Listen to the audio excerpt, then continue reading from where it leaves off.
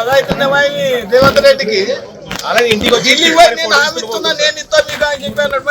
మన తెలంగాణలో ఇస్తలేడు కదా అసలు ప్రాబ్లం. ఢిల్లీలో పోయి నేను ఇస్తాను నేను హామీ నీకు అని చెప్పాను. మనకెందుకు ఇస్తాడంటే హామీ ఎటు పోతున్నాయి. ఇప్పుడు రైతు భరోసా ఎటు పోయింది, రైతు రుణమాఫీ ఎటు పోయింది, రేషన్ కార్డు ఎటు పోయినాయి, అన్ని వాగ్దానాలు చేసుడు. దసరా అన్నాడు, దసరా పోయింది. బతుకమ్మ సీరియల్ నేసే ఇప్పుడు రేపు పొద్దుగాల 500 అన్నాడు. ఆ విలేవు అన్ని మాట్లాడు అయితే బాగా మాట్లాడు. దేనికి మంచిది అది? పబ్లిక్ నువ్వు ఆగం చేసుడు తప్ప ఏమైనా ఉన్నదా? ఇలా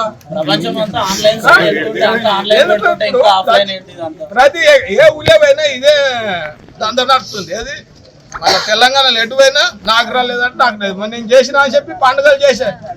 ఏది హన్మకొండలో పోయి మరి పండుగలు అంటే అందరికి పండుగ ఉండాలి కానీ నువ్వు ఒక్కని చేసుకుంటే పండుగ అవుతుందా?